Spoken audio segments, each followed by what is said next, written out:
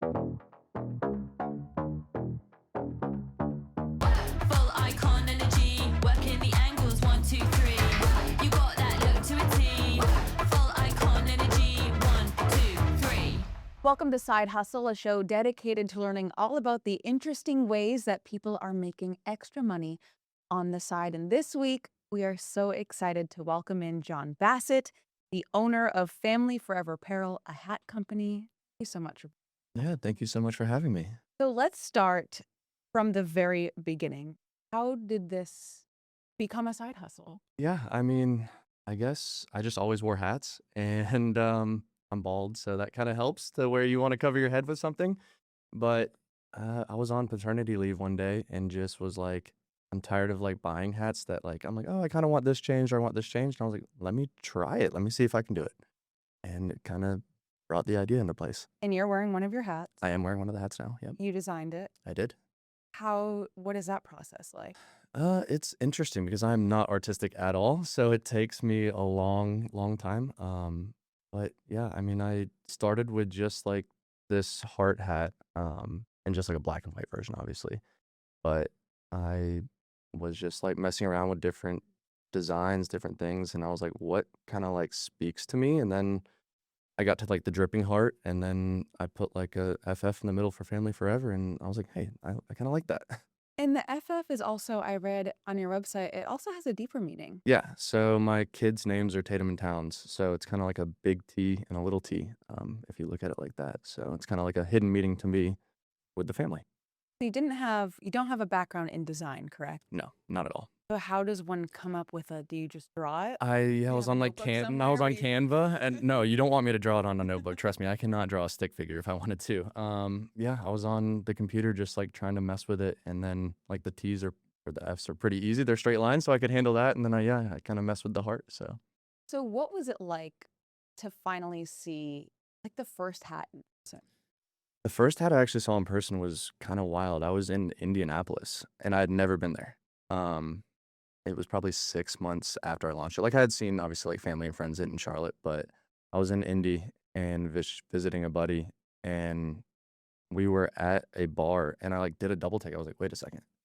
Oh, this is someone else with Yeah, the yeah, somebody hat. else wearing the hat, and like just random person never had been to this city. I think I've only sold like to one person in the city, and he happened to be at the same bar as me. So obviously I like went up and took a picture with him. I was like, hey, like, where'd you get that? And he was like, yeah, I found it online, like, whatever. I was like, oh, okay, cool. And Were you just like, I yeah, designed that? yeah, I was like, that's my brand. And he was a great guy, and we still kind of keep in touch today. But yeah, it was wild to see like out and about. Yeah. So how did this go from just kind of a concept of, okay, I like wearing hats, I'm going to Yeah. design this, to all of a sudden now someone is wearing my hat that I don't know out in public. What was kind of the middle there? What happened? Even the the logistics of this. Yeah, yeah. So I think I don't know. Like I said, I was on paternity leave, so I had some time in between like the baby sleeping. Mhm. Um, and I just kind of played around with things. Like I would get on Instagram and like just go to like other hat companies and like follow people that are following them and just like try to get people to notice the brand.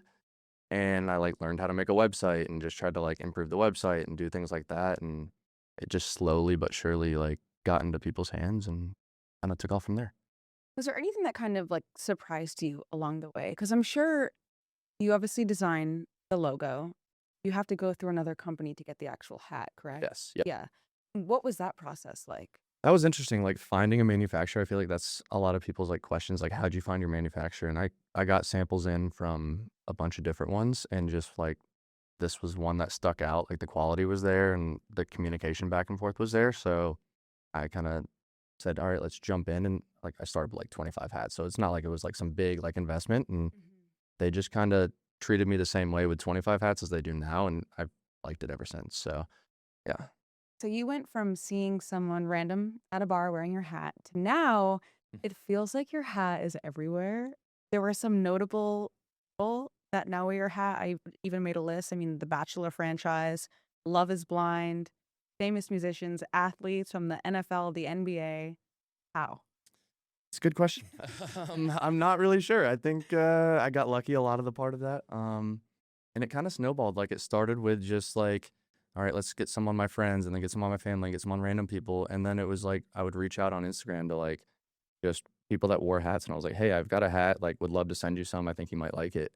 And then I think some of the guys on like Bravo wore it, and they were like, hey, like this person from, The Bachelor saw me in this hat and they said they liked it. You should try reaching out. And then I would reach out to them, and then it just kind of snowballed from there. So kind of word of mouth, which was nice. It made Yeah, it I feel mean, more it's authentic. even Yeah. remind me who this musician was that Oh, we that just was saw. Bailey Zimmerman. Yeah, okay, so Yeah. to see your hats on a stage like that, That's one of the coolest parts. I Like, feel like that's a goal for a yeah, lot of people who sell any kind of right, apparel. right. Yeah, no, that's been probably one of the top moments is like seeing it like in person on stage too. Like I've seen it on a couple people in Is that person. Travis Kelce? That is Travis Kelce, yes. Wow. Yeah, that was at a golf tournament. So he's got a Family Forever hat. Once you get married, Travis, if you ever listen to this, we should get you some more. Maybe Taylor Swift?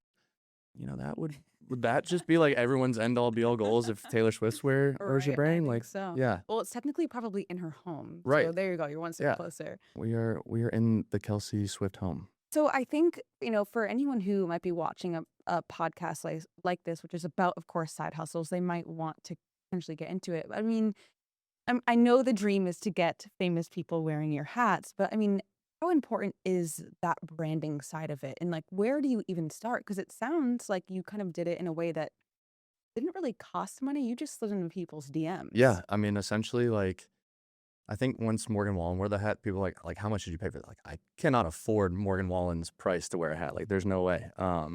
It's got to be, something organic, and I think that's kind of what sticks with like everyone else is like people aren't just wearing the hats because I'm paying them or whatever. Like, I don't have that kind of money to do that. They're wearing it because they like it and they like the brand and they like what it kind of stands for.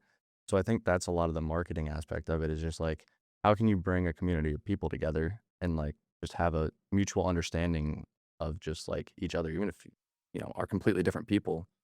Everyone's got like a family of some sort. Like it might not be a blood family, but they've got the people around them, and that's just kind of stuck with them. Yeah, and it's in your title, right? Family Forever Apparel. Where did that come?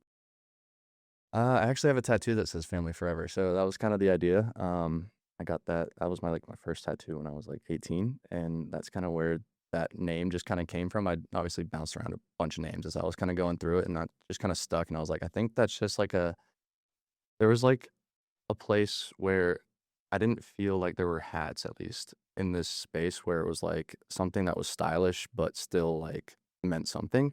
I think when I was looking at hats, it was like a lot of like golf hats or just brands like a Nike hat or whatever, but there wasn't that many that like represented family. So I was like, that seems like a cool idea.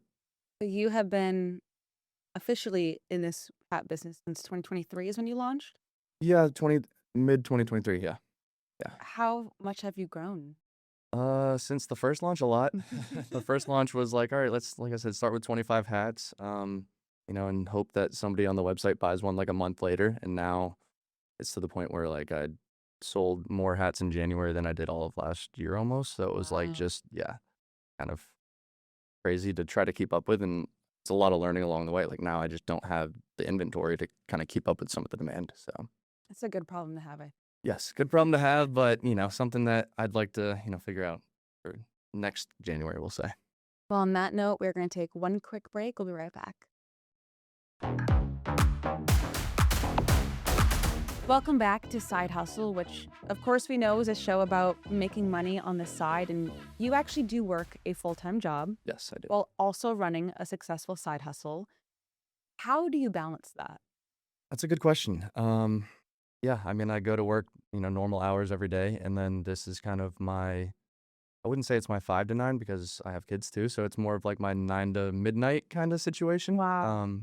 Yeah, so I do all the packing, everything still myself. I'm the only employee, so yeah, I learn a lot at night and then on the weekends.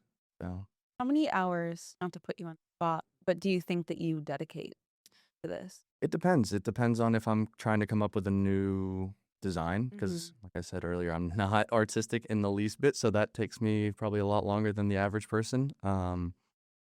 It depends on if I do a new drop. Like if I've got a new drop coming and I'm trying to box hats, I'll just go for like 4 or 5 hours straight and then take a break. Wow. So, yeah, I think it's a common thing that I see with a lot of people that I interview about their side hustles is I would say 90% of people have to be passionate about it. Yeah. Or can you relate Oh to yeah, that? you have to 100% just like love it, and I can see what people mean. Like, if you love what you do, you don't really work. Like, Mm-hmm. it doesn't feel like work because I am passionate about it, and it's like I'm sure if you ask my wife or my friends, they probably get tired of talking about hats and or me like pointing out hats. Like, hey, do you like this style? Do you like this color? Like things like that. But Yeah. yeah, I mean, it's kind of like the first thing I look for now is like, oh, what's that person's hat look like? Like, can I do something like that? But you look at hats differently now. Yes. Constantly judging hats. Constantly judging people's hats. Yeah. So I know for different side hustles too, I mean, some people have to invest a lot of money up front, whether that's buying product or whatever they're doing. Mhm.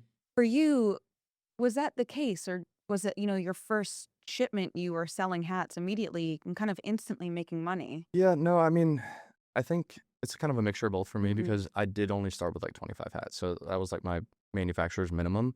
So it wasn't this huge like upfront cost. You have costs when you're, getting your website going and things like that. But like my main marketing was Instagram, which is free. Mm-hmm. So really it was just buying the first 25 hats and then waiting until those pretty much sold out to come out with the next ones. And I think that was like a big part of like learning is like, when do you reorder hats? Do you want to cause like something where you have like a wait because then people are like, hey, I'm more apt to buying it right when it comes in, or do you want to constantly have stock? Yeah. So learning that kind of side of things. But yeah, I don't think it has to be a huge like upfront cost. And I think that social media is kind of the story here. Like the Yeah. fact that you or other people can launch such a successful side hustle. Before people would have to pay for marketing or Right. pay for influencers. But now you can just post. It's kind of up to you. Yeah. No, I mean it's helpful that a hat, like when you do get it to an influencer, it's also like it's just front and center and it's worn. So people Mhm. are seeing it. It's not something like if you made like a golf club or something, it's a lot harder to get that seen by people. But if they do like your product and they're wearing it out actively, people are just going to start looking for it Mhm. essentially. So yeah, social Especially if media. it's their favorite musician. Yeah, that does help. That does help. Has there ever been a point so far since 2023 where you were like, could I take this full time? Yeah, I'm kind of at that point now. It's like, what would be that tipping point to take this full time? And I mean, it sounds crazy to be like, oh yeah, I'm gonna go full time to just sell hats. And I think if I told my family that or like my friends that, they'd be like, oh yeah, go all in and do it. But Mhm. I think to me, it's still like kind of a wild concept to leave like a normal 9 to 5 job to Mhm. go sell hats. And I'm sure there's no like magic number. Yeah. Like I need to be making percentage of what I'm making now at Right. my W-2 job, or do you have a goal? No, I think it's more of just like proving to myself the sustainability of it. And like, it's not just like, one drop or you have to wait for a drop to like have sales. Like, I need the consistency, I guess, to back it. And I don't know what that would really look like Mhm. because like every time I hit like a certain goal, it's obviously like, oh, I'm on to the next goal. Yeah. But yeah, at some point you just kind of, I guess, have to dive in, but I don't know what that tipping point will be yet. But we'll have to follow up with you when that Yes, happens. definitely. Do you think that would add, I mean, this might be kind of an obvious question, but a pressure, like right now, this is a side hustle that, like you said, it doesn't feel like work. Yeah. Is there a worry that if you were to take this full time, that, okay, this passion project that makes me some money on the Yeah. side Yeah. will no longer feel like that? Yeah, I mean, there are definitely times where it does feel like work. Like when I do partner with people, sometimes and not that it feels like work, but I think it gives me more anxiety, I guess, around it versus like when it's just my design. Because I'm like, if people don't like my design, that's fine. But if people don't like a design that like they paid for, like to do bulk hats in, I always get nervous just on like that kind of piece of it. So I Mm. think that does feel a little bit more like work, or if they're like very particular about certain things, which is perfectly fine. Like you want exactly your Yeah. colors or your things. That does make it feel a little bit more like work. So I do feel like at times it would, but it's still, way more fun than corporate job. Do you have a bestseller or one that you like? I mean, black and white kind of always sells, or cream and black kind of always is just, it's an easy sell. But the Love Your People hats have been really popular recently. So I've kind of leaned into a lot of those for this next drop. When is your next?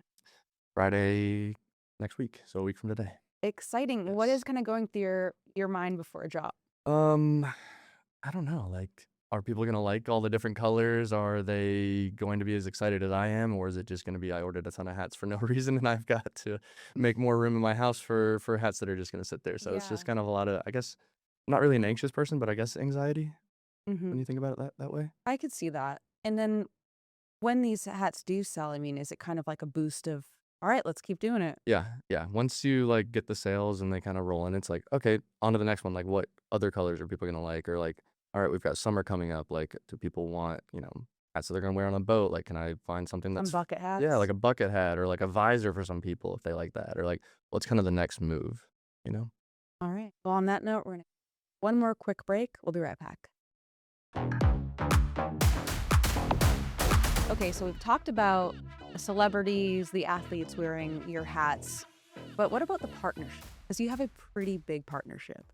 Yeah, I mean, I've done some collaborations with some really cool different companies. DraftKings has been by far one of the most fun. Yeah, I would say. And it's cool because I get to go to some of the events too. So like I was in Scottsdale for the Waste Management. They did golf hats for that. Got to go down to like some of the Masters parties, things like that. So How does that happen? Because I could imagine anyone that's trying to sell a product, I mean, their goal would be, I think, number one, maybe the celebrities, but I yeah, think a partnership with a major company like that, that's huge. yeah. No, I mean that happened. They actually opened when it became legal in North Carolina. I met like one of the people there, and she's just kind of loved the hats from the beginning and kind of threw out the idea of like, hey, could we do like a collab where I just put my logo on the side and you have a horse racing hat or a DraftKings hat and you give that away to, your clients as you have different events. And she was all for it. And now she's just like been so great about, helping me kind of spread the word and bring that along.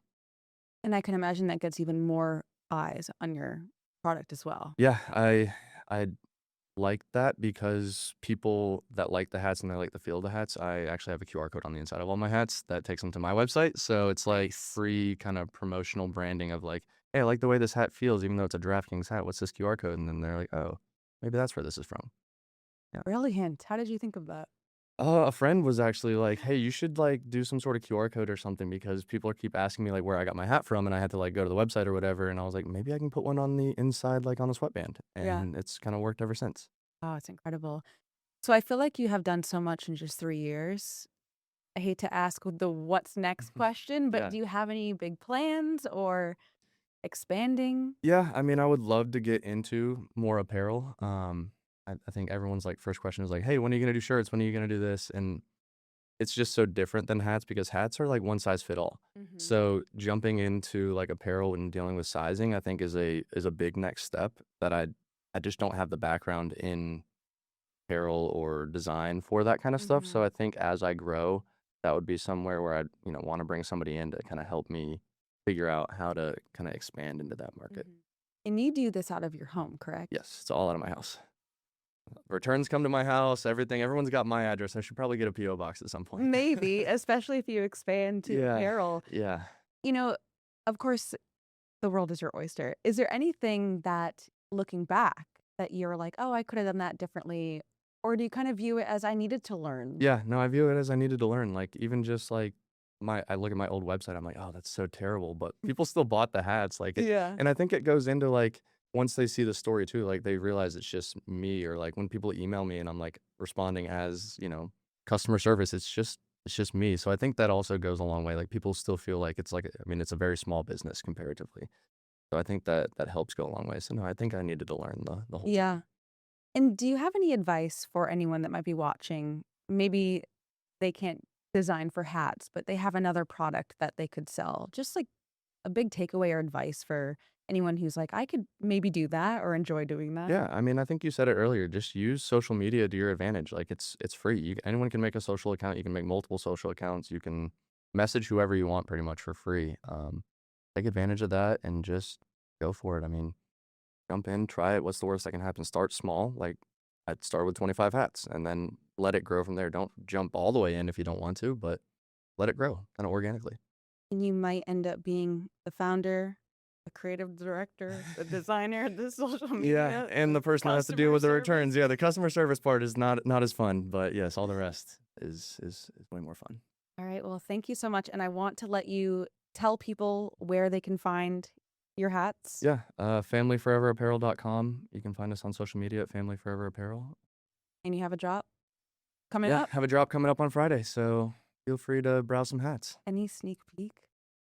Or like, They're all on the color? website now. Okay. There, so you can see all the different colors. There's 23 total different hats coming back. So 8 new colors and what was that 15 repeats. So wow. got a lot coming. All right. Well, try not to be anxious until then. Yes, I will try my best. Thank you so much, John. We appreciate it. Yeah, thanks for having me. Thank you for watching Side Hustle. We'll see you next time. Full icon energy, working the angles 1, 2, 3. You got that look to a T. Full icon energy 1, 2, 3.